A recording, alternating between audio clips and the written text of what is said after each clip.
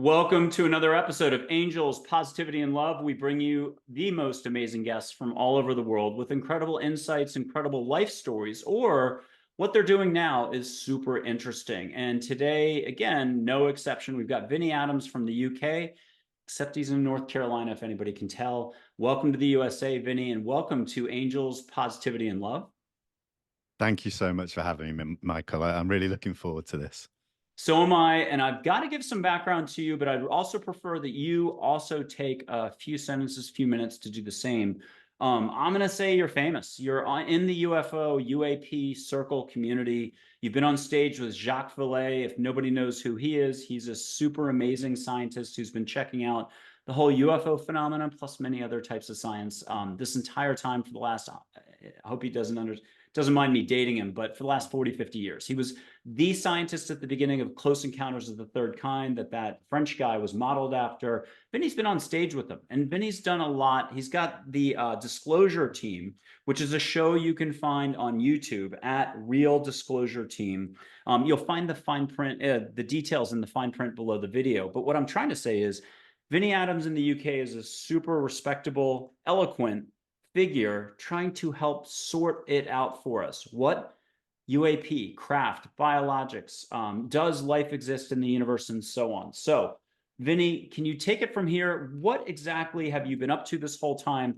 How is this such a big deal these days? I know disclosure has been a hot topic, whether it's the US Senate, Australia, UK. People are sharing a little more information, and there's more video and there's more proof that something's out there. Absolutely. Yeah. I mean, this is a subject that I've been personally researching for about 15 years now. And, in the last 6 years, it seems that the topic has just completely shedded its stigma. And people are more freely talking about this now in the public domain. And when we see it, in things like the mainstream media, and it's allowed me to kind of join this community, become a part of it, and try and do what I can through the conversations I have on my show, through the work I do. I've traveled around, done some investigations. I've been meeting people at conferences and presenting as well as hosting, and just allowing me to kind of delve down many different avenues to kind of help push this subject forward in some way, even at the very minimum, just by letting people have the conversation without fear of ridicule, basically. So it's a really exciting time at the moment. There's lots going on. I'm a very positive person. I believe that we're moving in the right direction when it comes to getting some kind of answers to what this whole enigma could possibly represent. Okay, so where have you had the most fun? Where have you had the biggest discovery, or simply the biggest guest with the biggest reveal? Or where do you think you've had the most impact? Let's just say in the last year, but if you want to fudge a little either direction, let's do it. Where have you been having the most fun? It's a really great question, and there is no one simple answer because like I said, I do so many different things. I have kind of different avenues that I go down. I love doing my show, and sometimes when I may have, like, let's say what people would consider a bigger name guest on, that's always great. But sometimes I find the best things come from some of the guests who I maybe wouldn't expect it to come from. And that's really eye-opening, and I really enjoy that. But, I've been lucky enough to travel. Like I said, I've been out to Colombia 2 years on the trot to do some investigations.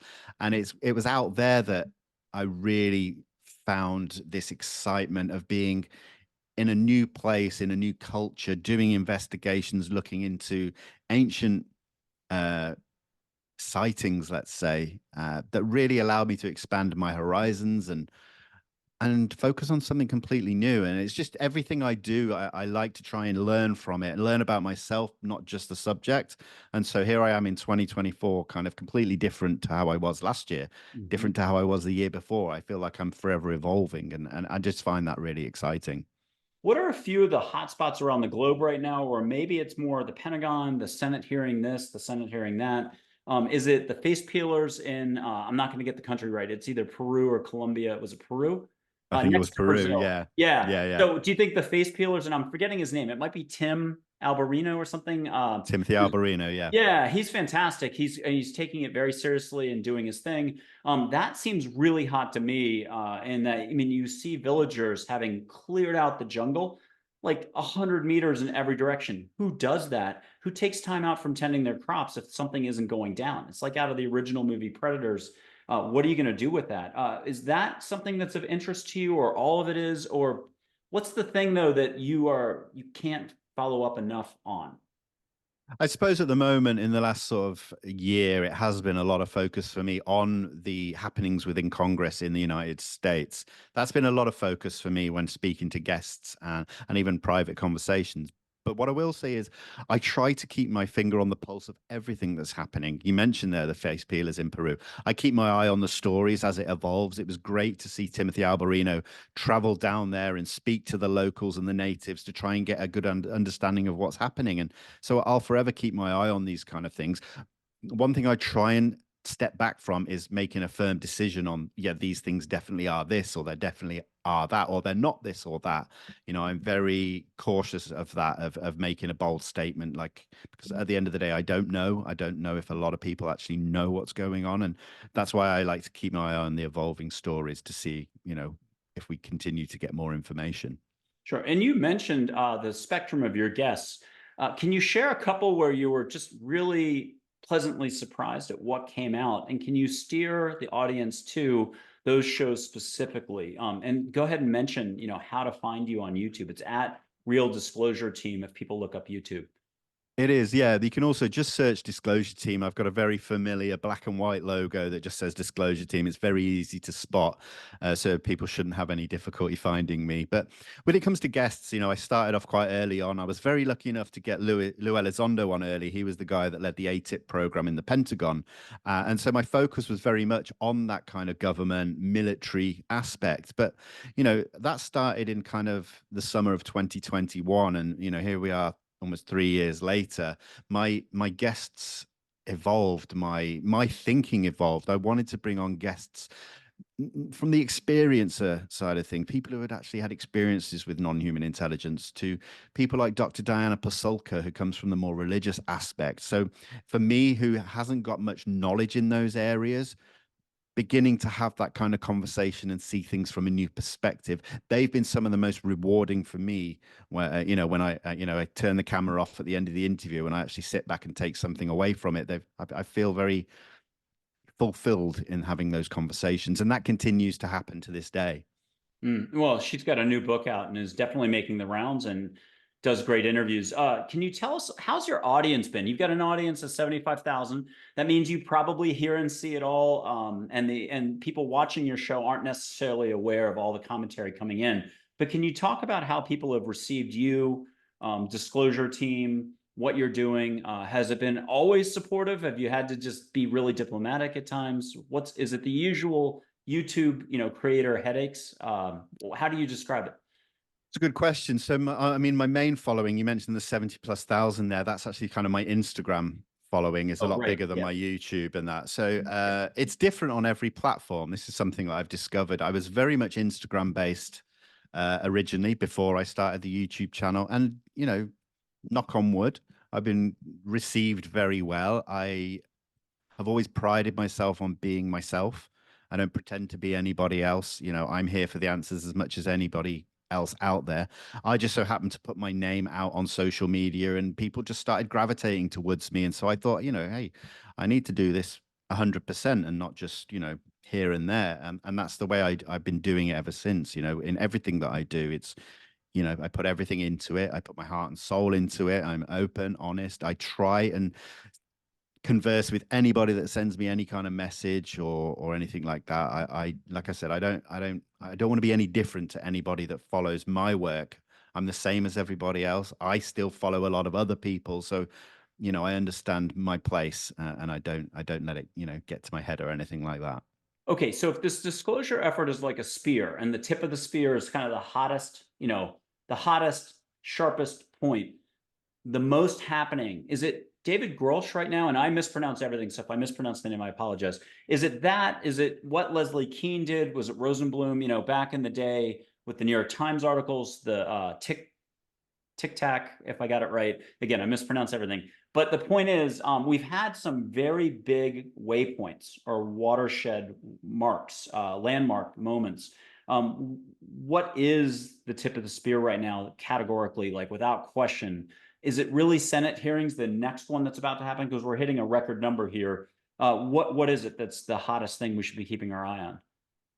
I think it relates to the David Grusch claims that came out last year. I think we're still waiting to see if that story develops. You know, we have been told that there are 40 plus other whistleblowers who are involved directly with legacy programs involving crash retrievals and biologics, as mentioned by David Grusch. I think that's still a very much an open direction that could definitely get to the tip of the spear.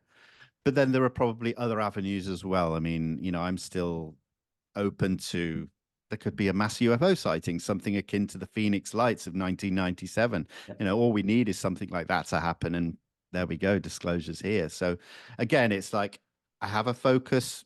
David Grusch is there, but then out on the sort of peripherals, there are other avenues where it's still interconnected. I find connections in everything, so I try not to be narrow focused, but kind of look in different directions all at once. But that seems to be the main thing at the moment for sort of mainstream ufology. Okay, and if we put down the spear and look around the room or look around the place that we're at or even into the universe, can we go big picture for a second? I'm going to take a stab at it and buy you time because this is Okay. only the eternal question that man's been asking forever and what it is to be human. But I'm going to mention I help people feel, hear, and see angels, light beings, other, loving beings, only love and above. And you can have any answers, any questions, all languages spoken, all dialects, and so on. It's a direct experience. People can do this as a group. I'm off the hook. There are photos as well that'll move, and we know photos can't move. So what I was trying to get at is even some of the angels will quietly say, and this will shake up, hopefully not my community too much, but there's an angel who said, "Hey, I'm from Andromeda," which switches the entire concept of angels in a way and puts us more into the UAP, UFO thing, except that community is very focused, as it should be. Every scientist should do what the scientist thing is, what their heart is telling them to do, or their brain. They should do their research, they should do their seeking and the proof, the evidence, and the evidence-based science and all the rest. But there's something called awareness here, and there's something called basic listening and getting a basic experience. How do you see this big picture? Is mankind ready for a little more gentleness, kindness, compassion, love, and maybe some hugs from non-corporeal light energy forms or life forms? I had to memorize that one, but I'm just going to say, angels aren't necessarily like the mortal craft biologics that people are retrieving. It's a little broader than that. And I don't know how to explain this rub, but it feels like I haven't heard the word compassion or love or kindness in the last, 4,000 tweets from everybody who are the key players central to this. I think I think we're ready for whatever it turns out to be, whatever this non-human intelligence represents. And I use the term non-human intelligence a lot more. I struggle using the word aliens, and I don't always subscribe to the fact that these, whatever they are that have been visiting us for millennia, necessarily are from interstellar space and outside in the cosmos. They could be dimensional. They could be the angels and things that we heard about in the Bible and things like that. So this is something I'm very conscious of, keeping an open mind on the origins of the non-human intelligence, and whether they and this is the thing, whether they turn out to be positive. Maybe some are, some aren't. If we're dealing with multiple, I always believe that it makes sense to think of things in the light and dark, the yin and the yang, the positive and the negative, and that might relate to this non-human intelligence, that some may be good, some may be negative. I don't claim to know, and this is why I try and be broad with my thinking, to say, I'm not just narrowly looking at these are aliens, little green men in flying saucers flying here from Zeta Reticuli and visiting us. And I think there's a lot more to it than that, and potentially more that we would even struggle to begin to comprehend when all is said and done, if we were given that extra bit of information. So I guess that was a bit of a long-winded answer, but I'm just trying to say I'm very open to what the origins may be. Now, I'll buy you time for the next one. I'm going to ask about any UFO encounters you've had as a kid recently, or just you think you might have had one, or it was dream time. There's a lot of ways that goes down too, which can be tough for people. But I want to mention real fast, I've been helping people for 12 years. And so, I'm like this. It takes me 2 years to learn something that people do like that. But I'm a fast teacher. So luckily there's some saving grace there. So I've asked people for the last 12 years, when they're listening on their own, getting answers on their own, what do I do for people? What does Mike do for people? And I've gotten like 700 answers, but one stuck out or stood out to what you were just saying, which is I do transdimensional channeling for a multidimensional fun experience. I only do the happy stuff. And I personally believe, beings exist here to help us, but no interference. You have free will. Keep doing what you're doing. Don't change a thought. You're good where you are. But if you want that extra help, you're about to get on the pitch, play a little soccer, football, ask for the help. You'll get it. You just have to allow for it. What will you allow for is the real rub. And let's take away angels, universe, UAP, UFO. Are any of us allowing for more fun, to be a cooler individual, more loving to our dog, family, daughter, our fiance? Not really. We got a lot of stress, work going on, the usual rat race. So I'm going to mention one last thing, which is mankind's probably ready for a little less thinking, a little less rat race, a little more peace, harmony, a little less conflict on the globe. And to that, have you had a direct experience, and can you share it? It's a great question. Throughout my life, I've always kind of wanted to see something. Like a lot of people would say that, but then, in the last sort of 10 years, since researching this subject, I've seen things in the sky, but I've always been very quick to realize that there is a prosaic explanation, whether it's a satellite or a celestial body, let's say Venus or something. But then I was lucky enough to go out to Colombia in early 2022 to investigate a 400-year-old myth, let's say, of these two mountain peaks in the on the edge of the Andes, that these lights would appear, and for years people thought that they were spirits of the indigenous people from years ago. And so we went out there, and long story short, I was lucky enough to be a part of the team that saw these strange lights on the mountain, recorded them, and to this day we don't know what they are. We don't know if there is a natural geological explanation for them. They could well be something more anomalous. And so that is my only really big sighting, that to this day I can't quite say what it was. And it was absolutely incredible to see at the time. And yeah. Isn't there a nickname for them, like gods in the mountain or something like that? It's a very famous. There are many things. Yeah, the Earth lights phenomena. There are so many different things that they've been named over the years by different people from different parts of the world. They are seen globally, but not that often. It's quite a rare phenomena. Yeah. Now I can tell you, I'm jumpy when it comes to seeing. I've had it happen 3 times. I had Grant Levac on just earlier, so people please check out from Australia, Grant Levac, filmmaker, his FOIA requests, which Vinnie does as well in the UK. So think Grant does the FOIA requests in Australia, Vinnie does the FOIA requests in UK. And if you're wondering, that's Freedom of Information Act, stuff you can try to track down and land some paperwork that proves something. And they usually, Grant just landed a huge one regarding the Five Eyes conference. That's UK, Canada, New Zealand, Australia, and so on, US.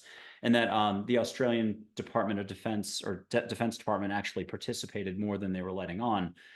Vinnie, can you, on the FOIA request thing, just share where you've had some success in the past, and how it contributed to this entire landscape? Unfortunately, I've not had any success, and this has been kind of the reason why I've been continuing every now and again, is to put in these requests, because the UK government has become very tight-lipped in the last sort of 15 years on even mentioning UFOs or UAP. We know they're involved in this Five Eyes agreement with the countries that you mentioned, that meetings have occurred where they're openly having the conversation between themselves about what's happening, especially in the US, who are obviously talking about this a lot more freely when it comes to the government. And so it's not just myself, it's a team that I work with. We continually try and put pressure on the Ministry of Defence and the UK government to at least acknowledge that the conversation is being had. And to this day, they still will not give us any kind of acknowledgement. We get boilerplate responses. So I think what we're doing is just continuing to try and put that pressure on, so that we get a breakthrough in the conversation eventually, for them to be a bit more open and honest with the general public. And shouldn't, on the MOD front, shouldn't we tip our hats to Nick Pope, right, for having really broken some ground and made this normalized as a conversational topic? How have you had Nick Pope on as a guest in the past? I'm forgetting your guest list right now. I've spoken to Nick before. I used to do another show with an old friend, and we spoke to Nick there. But I've been lucky enough to meet Nick at a few conferences now, and have the conversation. Nick has been, after he left the Ministry of Defense in the 90s, he went straight into kind of writing books on the UFO subject, and obviously to this day still continues to be out there on TV and on the mainstream media. So yeah, hat off to Nick for continuing to talk and keep the subject, in the current zeitgeist, I suppose. Is there what do you recommend people check out to sort of catch up on this? There's talk about not just crash retrievals, but that there's been a lot of reverse engineering. Maybe you can touch upon that for a second. Yeah, I mean, it was great that David Grusch came out. His story was broken in the Debrief, which is an independent online media source who breaks stories on technology, military, and UAP. The story was hinted at that it was going to come out in the Washington Post or the New York Times, and lo and behold, it appeared in the Debrief. I would recommend that publication to anybody. But we're very lucky in the UK as well to have a very great independent journalist named Christopher Sharp, who runs an outlet called the Liberation Times, he's at the forefront of breaking a lot of stories, very much US based stories as well. Chris has a lot of great sources for his information, and puts out regular content where anybody, if they go to the Liberation Times, will very easily get up to date on everything that's happened in the past year, especially relating to David Grusch, the claims of the fact that the government and private aerospace industry has access to crashed UAP, multiple, over 10, over many decades, that they've been working on trying to reverse engineer. And David Grusch did mention in the July congressional hearing last year that they are in possession of biologics, beings, entities as well. So this is why it's a very exciting thing that if this is all true, then we could really push this story a lot further down the field. And can you just touch on Stephen Greer and like the National Press Club? He's had a couple actually. 9/11 came along and kind of ruined one. And then also, in a way, his other one got squelched a little as well. There were like two things happening at once. And that last one might have been last year. It's all a blur to me, but it could have been last spring. And he had an amazing plethora of people coming up and sharing their stories. I still remember the Marine in Indonesia after the earthquake. I thought that was one of the most fascinating ever. I mean, that was a lot to take in. Can you at least sum it up for us how you view that? I mean, he's an ER doctor who has dedicated his life now to creating a database of, sort of like MUFON, a database of reported incidences. He's happy to go to Capitol Hill to try to brief politicians, which a lot of people are doing in the UK and Australia. Can you share with us sort of that whole movement as well?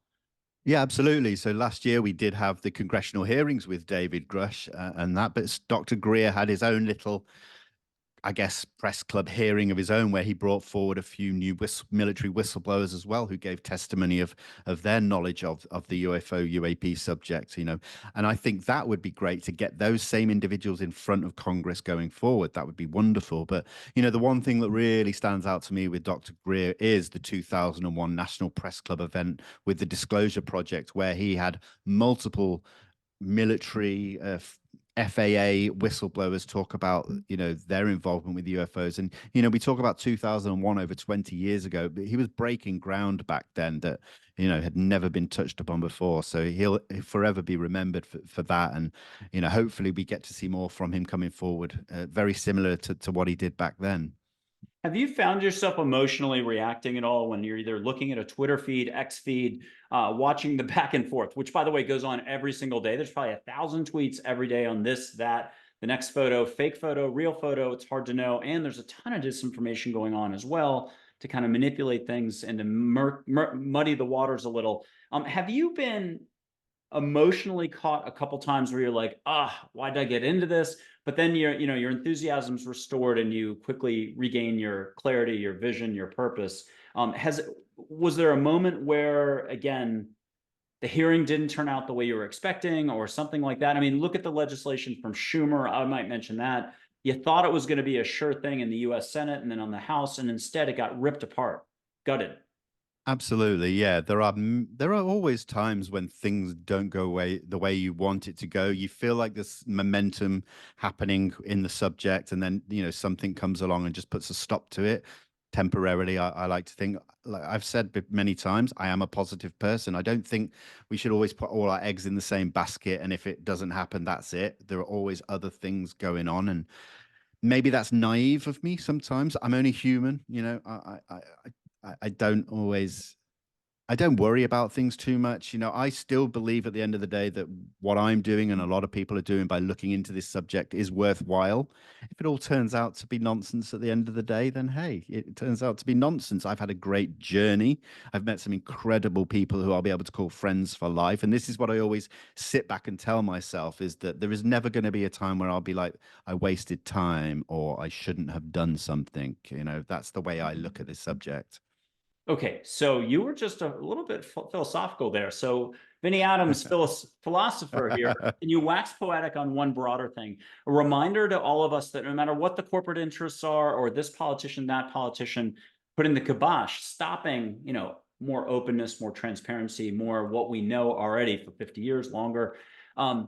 How do we keep our chin up? Can you give us the big pep talk that's for all of us now, not just how you approach it? What's the reminder to everyone that maybe, sort of out of the X-Files in a way, out of the 80s, that the truth's out there somehow? What's the big picture thing we should all keep in mind? One thing that's really helped me in the last 6 to 12 months is when my focus was a lot on this government, Congress, military kind of thing, what I started to do was speak to experiences, people who have had genuine experiences with whatever it is we're dealing with, and having that kind of one-on-one conversation with people, and one thing I will always say is like, it's not, to me, it's not about whether I believe them. They believe what they're saying is true, and it's not for me to pass judgment on them one little bit, but to really hear from them and see that this is something happened to them and it's genuine, and it brings it down for me back to a human level. And that has been really helpful to me as an individual, that this has been happening for so long now, way before the government had interest in this, or certainly in the public eye, they had interest. They may have done privately, but people have been experiencing things for thousands of years. We read about it in ancient texts, ancient scriptures, and things like that. So that's the big picture for me, that I'm not going to allow anybody on any social media to say that all I'm looking at is secret government technology. There's no such thing as UFOs from outside of kind of the human aspect of it. And so that keeps me going. It keeps me going so much, and having these personal conversations, and like I said earlier, making some genuine friends from parts of the world that I might never go to, people from different backgrounds that I may have never met if I was doing something else. And they're the things that really I hold on to keep my positivity, let's say. And positivity is abundance. Okay, let's go to kind of a lightning round here. We've got different elements, different groups that are all hopefully rowing in the same direction when it comes to UAP disclosure, UFO details, just trying to get the truth, more out, what governments are doing, what corporations are doing, what is just happening, and maybe on the science front as well. You've got, and again, I mispronounce everything, but you've got Jerry Nolan, the Soul Foundation, if I said it right. Gary Nolan. Yeah, it just started up. But you've got Jeremy Corbell, George Knapp on another front, and you've got a bunch of other horses in the race. So who have you enjoyed the most in the last 2 years where it's just gone up? They keep producing material. James Fox with his movies, his I can't pronounce it in Brazil, Vargia or Virginia. Virginia. Yeah, thank you. And there's a lot of history in Brazil, but there's a lot of history in every country. It gets crazy. It doesn't stop the more you look at all these countries. There's so much detail.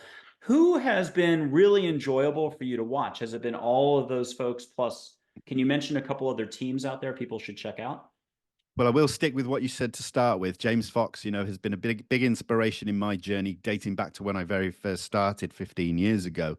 And last year, I was lucky enough to meet James for the first time. And well, we met a couple of times and formed quite a good friendship now. So that means so much to me, from someone who I looked up to for so many years. To actually become a friend is phenomenal, and so much of an inspiration to my work. Jeremy Corbell and George Knapp, obviously George Knapp with his work dating back to the 80s, late 80s, again, another icon in the subject. To join forces with Jeremy Corbell and bring forward regularly, information, footage, things like that to keep the conversation going is great as well. One thing I think really stands out to me and inspires me as well is this: in the last few years, we've seen such an influx of new faces into the subject, new thinking, not stuck in the old ways, let's say, and just bringing a fresh approach to the subject. So many new podcasts, and a lot were inspired by the New York Times article of 2017 that sort of almost changed the face of the UFO subject. It gave it a massive boost, a lease of life, and it really just set the wheels in motion for where we are today. So I'd say to anybody out there, go and check out all of the new faces. They may only have a small following, but they're making such great impact in the subject. And that's where I get a lot of inspiration from. And there have been some military pilots as well who have turned to show hosts. So I'm gonna hopefully I get it right. It's Chris Leto would be one, and also Ryan Graves or Ryan Sprague. I always mix up the two if I've got multiple people there, but one of them's a former F-18 pilot, I believe. Anyhow, they do great work, have Yeah. amazing guests on. Again, it's easy to get caught up in the topic because there's so many details. Is there room to talk more compassion, love, kindness here somewhere? And I'm going to mention light beings again and just super gentleness. So I'll do a movie reference. Contact with Jodie Foster, with the actor who is from Hill Street Blues.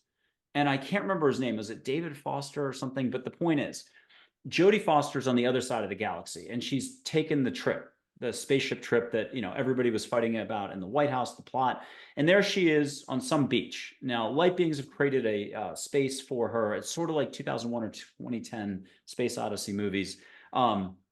And they'd show up as her father because it's about the only figure that she would be able to relate to, and they wanted to keep her from freaking out. So with that, that's kind of how I view light beings, angels. Angels are like dolphins, light beings are like whales.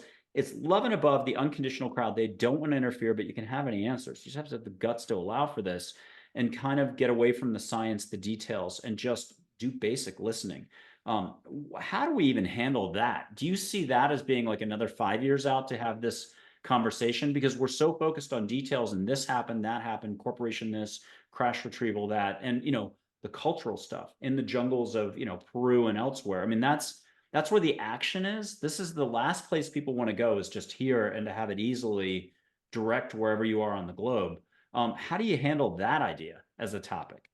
It's a great question. And, I certainly can't speak on behalf of the 8 billion people on this planet. Are they ready or not? I personally would say I'm ready today.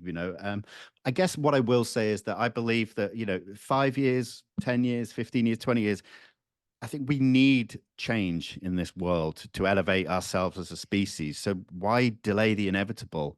I believe that we are ready now, and nothing is always easy in this world, but maybe we need an ontological shock as a human race to kind of stop doing a lot of the negative things that we do in this world, eradicate them completely, and then we can grow. And the world has a better chance of surviving for longer, as well as the human race has a better chance of surviving for longer. So I just think, I know I'm ready. Bring it on. I think I give a lot of credit to the human race. We're an adaptable species. When negative things hit us, we adapt, we overcome them. So I think whatever happens when it comes to the UFO, UAP disclosure, whatever it turns out to be, we will get past it and come out better at the end of the day. And Einstein said it best in a way when he said, mankind will need a substantially new way of thinking in order to survive. So it's not about thinking, it's about being more and allowing more and having your cake, eating it too, with no calories in the cake. I also wanted to mention mankind has unlimited room for growth. Now, I'm not referring to the kid out of college who's still sitting in the basement and we're talking about his job prospects. He's got unlimited, potential for job growth as well.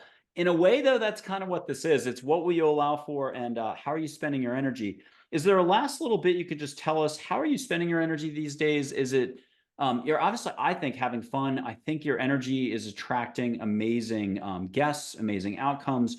Can you share with us what's ahead for you in the future for your business model? Obviously, larger audiences. Is there more product coming? Look, I'll be facetious about it. Do you have a new T-shirt line coming out? But bigger. What can you tease us with a little bit that you did here on Angels, Positivity, and Love? Absolutely, I can. And this is an exclusive. We are recording this on the 5th of March. And actually, later today, I will be making a big announcement for my next project.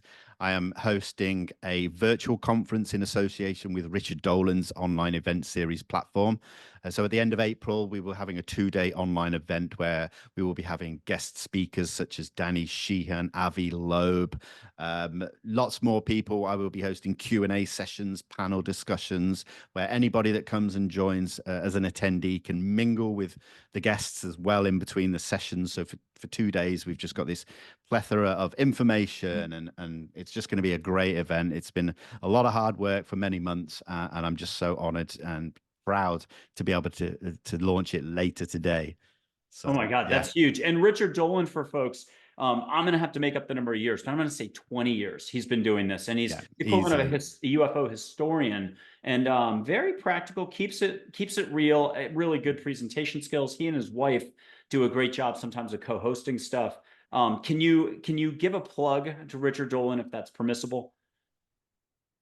In what way? Sorry. Just a compliment. Just Oh, let's shout him out in a good way right now. He's put in a lot of work and he deserves some it's amazing. Richard was probably the first person that got me 15 years ago. I saw a lecture that he did when he was over in the UK. I wasn't there in person, but I saw it online, and it really opened me up to say, this is the subject that I want to really delve deep into and put the hours in to doing. It all comes down to that one thing that when I saw Richard Dolan. So for he'll be forever an icon, a legend in my eyes, and to watch him progress over the years and just continue to still do outstanding work in this subject is an inspiration, and just a very gracious individual as well, with a knowledge base almost second to none. Well, I'm gonna let you wrap up in just a second, so I'm buying you time. You're gonna give us the big picture and why, again, we should care about this topic, because I'm normally about angels, positivity, and love. We mentioned that positivity is really important, but I'm gonna mention that one of the things I heard from an angel a long time ago is positivity is abundance. Everything else flows. We think it's money, we think it's status, or we think it's this or that in terms of objects and what we want to have happen in our lives. But it all starts, I will say, here and how you handle your flows. So with that, I'm going to mention a quick dream. I'm buying you time for a good closeout here. And Vinny, since you're the show host, you know how to close out a show. So you've got probably 30 seconds, but I'm going to mention just a vision I have. I'm obviously going to be helping people in large groups, being able to have a group experience, hearing, feeling, seeing directly angels, call them what you will, unconditional love figures, but light beings as well. And if you could picture on stage one day, an angel coming through a door that's a stage door, no trap door, just two wires holding it up for liability purposes. So a door, you could walk around it in 3 seconds. At the end of whatever I'm doing, a lot of cultural music and a lot of fun, people see their light, auras, consciousness flowing. Joseph Campbell, you can meet him. That door opens and an angel comes out on stage, a light being if you want, and chats. And then goes through the door. 1/3 of the crowd will be with their iPhones filming that door. I'd jump up and be like, how is this possible? I'm looking for the trap door. So what I wanted to mention is the UFO, UAP, the scientists, the crowds, the Nolan, Valet. Imagine Dolan and everybody having their individual experience. Any answer to any question. I mean, get your formula done. I still say where to go on vacation, where to do your honeymoon is the most important thing. Have more fun. But then collectively they do it. Why not? And then what happens? That's a lot. And I bought you plenty of time to give us that 4th of July in America firecracker finish. Give us the big picture. We've come a long way, haven't we? There's an expression in the cigarette industry from the old days. You've come a long way, baby. Virginia Slims. We've come a long way because I feel like this isn't the way it was in 2015 at all. Yeah, we have come a long way, and we've when you look at the UFO community and the UFO subculture itself, there are so many different small pieces of that puzzle, and you get so many people thinking and believing and looking at totally different things, and it's very easy to get I see it a lot online as people get into back and forths that this is right, you're wrong. That's something that I would just say to everybody, try and avoid, because one thing I've learned is that you can have very respectful conversations with people, even if you completely disagree. I found that being, taking away the negativity really helps me continue to do my work on so many different levels. It's an exciting subject. It doesn't have to be, there are very few answers in this subject. That's what we're ultimately looking for. And it's very easy to get disheartened when things don't seem to be progressing at any time. But, reach out to people. If somebody, feels alone in this subject, or they don't even know how to get what can I do in this subject? I get that a lot. People contact me saying, what can I do? And I just say, have the conversation, whether it be with friends or family, or reach out to people like me. I will always respond as best I can to people. But, there are so many things to do in this subject, and I just think more people doing it, the better. And I think as a collective, we have more of a chance to actually getting some kind of resolution to the big questions and get those answers that we so desperately want. So everyone's right, and I know there's some Indian gurus. Ananda Myanmar, if I got it right, Myanmar, very famous saint, said exactly that. Everyone is correct, and if you can get past that notion, beyond right or wrong, and just allow, you'll find greater compassion be in your heart, and so on. I'll do one more. Plato said, "Be kind, for everyone you meet is fighting a harder battle," and I love that. My shtick is, when I talk about any of the woo-woo-woo spiritual or galactic stuff, is it's all about a direct experience. I just tee it up. It's like putting the ball in the tee. You've got to be able to do a golf swing, and that golf swing is what you do every day. Basic listening, basic feeling, basic seeing. Why not? But good luck with that. That's only twice a year. Usually most of us check in here, and it's usually only on vacation that we fully let go and relax. We take things so seriously. We take ourselves seriously, the job, the stress, and, you know, welcome to being human. Vinnie Adams, you've been incredible. Disclosure team, can you plug your show a last little bit? Like, tell us your website address. I know it's going to be in the fine print, but there are people who are going to want to go straight away and look. Yeah, sure. I mean, like I said earlier, the best thing to do is whatever platform you want to find me on, Twitter, Instagram, YouTube, search for Disclosure Team, look for the familiar black and white logo. That's me. You can't go wrong doing that. It's the best way to find me. Everyone is welcome. It'd be great. And, I appreciate the support. And Michael, it's been an absolute pleasure. Thank you so much. Thank you, Vinnie. Thank you very much.